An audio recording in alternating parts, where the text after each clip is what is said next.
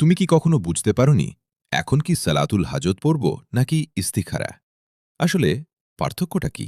দুটো নামাজ, দুটো নাম, কিন্তু অনেকেই ভাবেন এই দুটো হয়তো একই জিনিস। আসলে এই দুটোর মধ্যে একটা গভীর পার্থক্য আছে। আগে বোঝো, সালাতুল হাজত কি? হাজত মানে হলো প্রয়োজন, চাওয়া, আকাঙ্ক্ষা। ধরো তুমি একটা চাকরি চাও, পরীক্ষায় ভালো ফলাফল চাও, অথবা কোনো সমস্যার সমাধান চাও।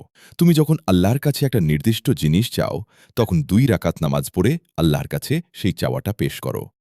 রসুলুল্লাহ সাল্লাল্লাহু আলাইহি ওয়াসাল্লাম বলেছেন, যার কোনো প্রয়োজন আছে আল্লাহর কাছে বা কোনো মানুষের কাছে, সে যেন 2 রাকাত নামাজ পড়ে তারপর দুয়া করে। মানে তোমার মন ঠিক করা হয়ে গেছে, তুমি জানো তুমি কি চাও, তুমি শুধু আল্লাহর সাহায্য চাইছো সেটা পেতে। এটাই হলো সালাতুল হাজত। এবার বোঝো, সালাতুল ইস্তিখারা কি? ইস্তিখারা মানে হলো কল্যাণ চাওয়া, সঠিক পথ চাওয়া।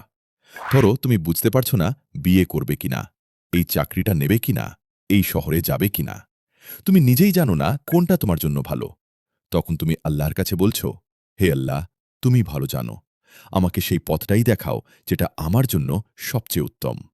জাবির রাদিয়াল্লাহু আনহু বর্ণনা করেছেন, রসুলুল্লাহ সাল্লাল্লাহু আলাইহি ওয়াসাল্লাম আমাদের সব বিষয়ে ইস্তিখারা শেখাতেন, যেমন তিনি আমাদের কুরআনের সূরা শেখাতেন। সহিহ বুখারী। তাহলে পার্থক্যটা কি?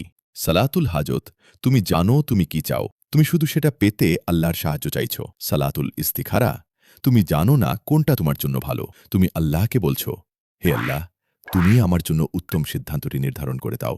তাই আজ থেকে আর গুলিয়ে ফেলো না। যখন তুমি জানো তুমি কি চাও, সালাতুল হাজত পড়ো।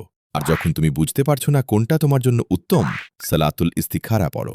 কারণ আল্লাহ তোমার জন্য যা নির্ধারণ করেছেন সেটাই সব সময় সবচেয়ে উত্তম।